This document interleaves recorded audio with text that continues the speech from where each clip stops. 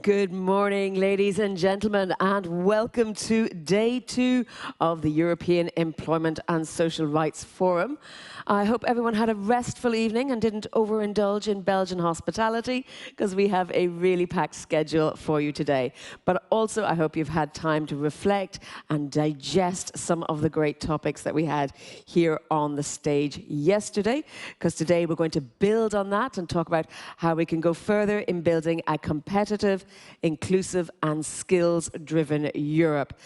Now, to those joining online, to those joining here in the room, of course, you can follow interpretation in English, French and German. I'm sure you saw the headsets outside. Same format as yesterday. Pick them up as you come into the room and leave them back when you are finished. There's also, as you can see behind me, sign language and live interpretation available at all times. And I will remind you again today, as I did several times yesterday, to please do share on social media your thoughts and your ideas using the hashtag #EUSocialForum.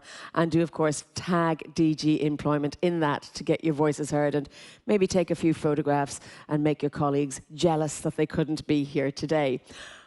Our format today will be a little bit different than yesterday. We'll be breaking out into parallel sessions. There'll be 2 sessions in the morning, divided by a coffee break.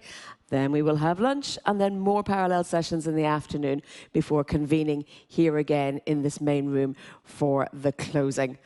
As with yesterday, we will be using Slido to get your ideas. So you can scan the hashtag, which should, yes, indeed, be behind me on the screen. Use your smartphones to do that.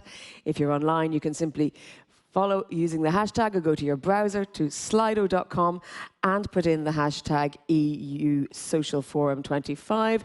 You don't need to download anything. It's all GDPR friendly. You can be anonymous. But let's have an icebreaker question, just to kick things off and to take the temperature of what people thought about yesterday's content. So, lessons learned from day 1. What did we learn yesterday? What stood out? What surprised you? What was particularly engaging or interesting? Skills are brilliant. Well, that's sort of, okay. There we go. We've had enough now. We can all go home. We've done it. Okay, union of skills. Skills are brilliant. Mindset.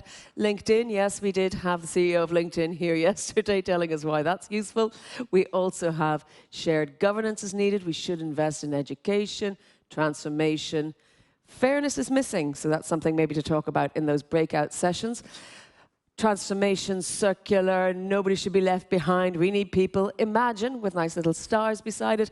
Where is academia? Invest in education, the importance of people. Okay, you get the idea. It's all skills. Work-life balance is also in there.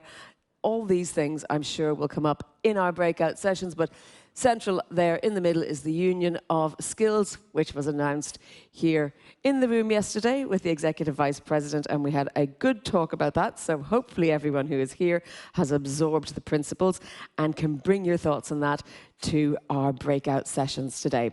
We won't be doing much here in the main room with me today. I'm still Jennifer Baker, as I was yesterday, but we will divide you up into your different breakout rooms. So please, the rooms will get busy. We'll allow you time to get to them, but do have a look and see which one of those is your area of expertise or your preferred session.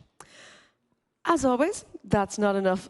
That is enough, rather, from me, but we have to hear from our hosts from DG Employment. And to welcome us and set the scene for today and really get everybody's creative juices flowing, we're delighted to welcome to the stage our dear colleague, Andriana Sukova, Deputy Director-General within the DG for Employment, Social Affairs and Inclusion.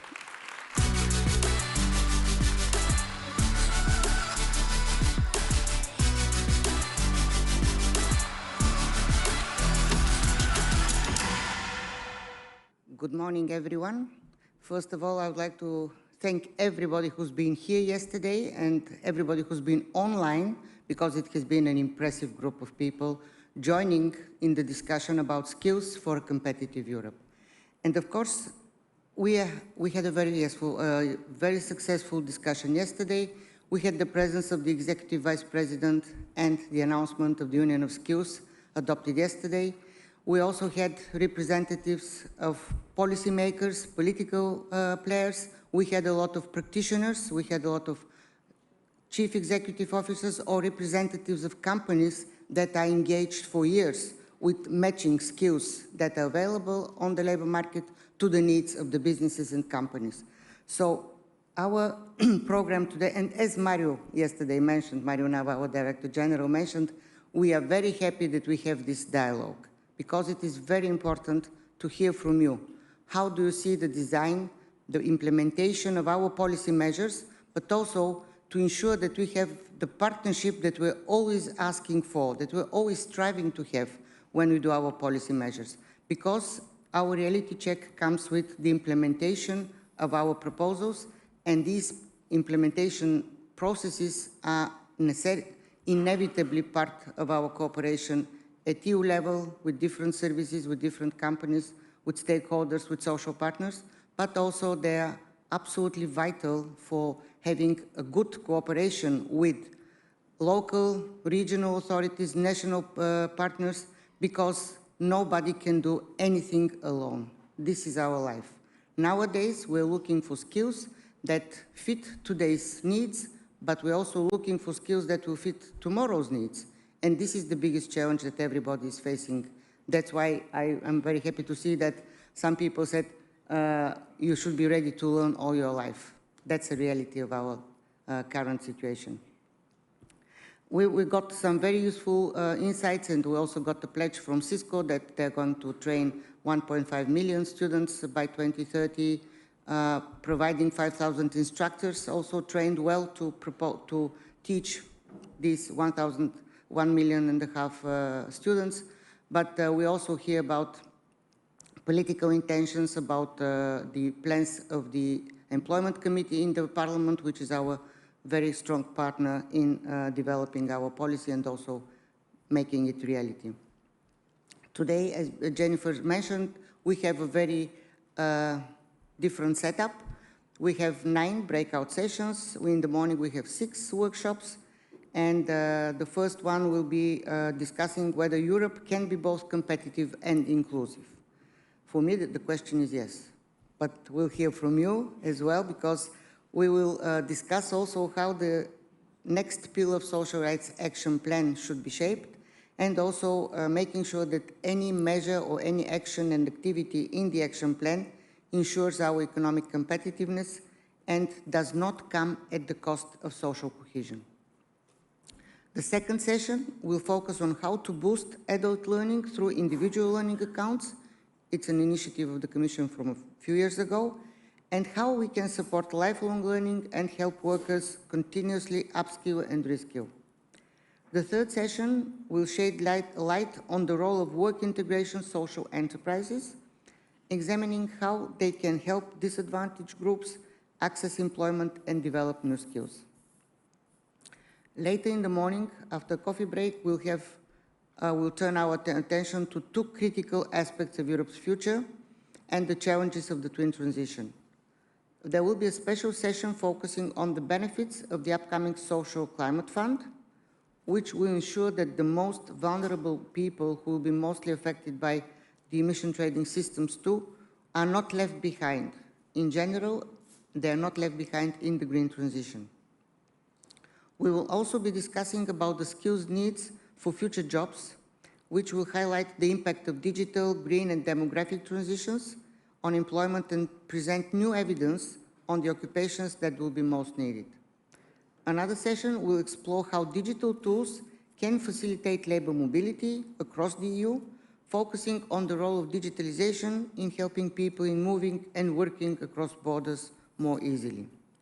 And finally, after a well-deserved lunch break, this afternoon we'll focus on first ensuring fair wages and robust labor markets for all, the role of the European Social Fund in promoting the skills development across member states, and the evolving nature of retirement, looking into flexible pathways and financial skills.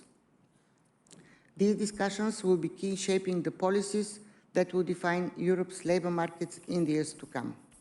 I know this is quite a lot for one day. I encourage you all to engage actively, share your insights and challenges and assumptions as well. So the work we do here is crucial for shaping policies that will have a real impact on people's lives every day. Thank you for being here.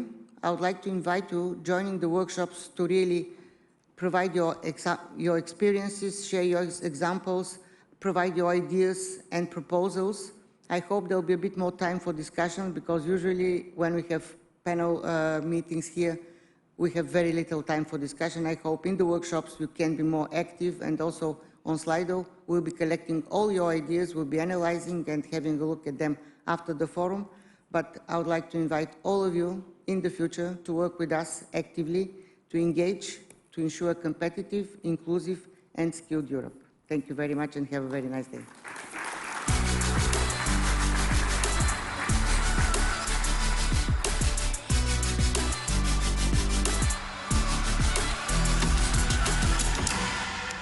Thank you, Andriana. And I think actually you've said it all. I don't have an awful lot to add except to say that the first round of these parallel sessions will start at 9:30, so you have just enough time to make your way to the room, possibly even grab a coffee en route, because we're ahead of schedule for once. As you say again, Andriana, today is much more about this dialogue, hearing from everybody who's present and getting really involved. Once again, we're using Slido. Do remember to double check that you're in the correct room on Slido, that you've selected the correct session that you're in. And that's it. I wish everyone very fruitful discussions, and we'll see you maybe in parallel during the coffee breaks, and we will be back here, actually not back here, we'll be over in the Riverside rather, for our closing session at 3:45 later this afternoon. Have a great day.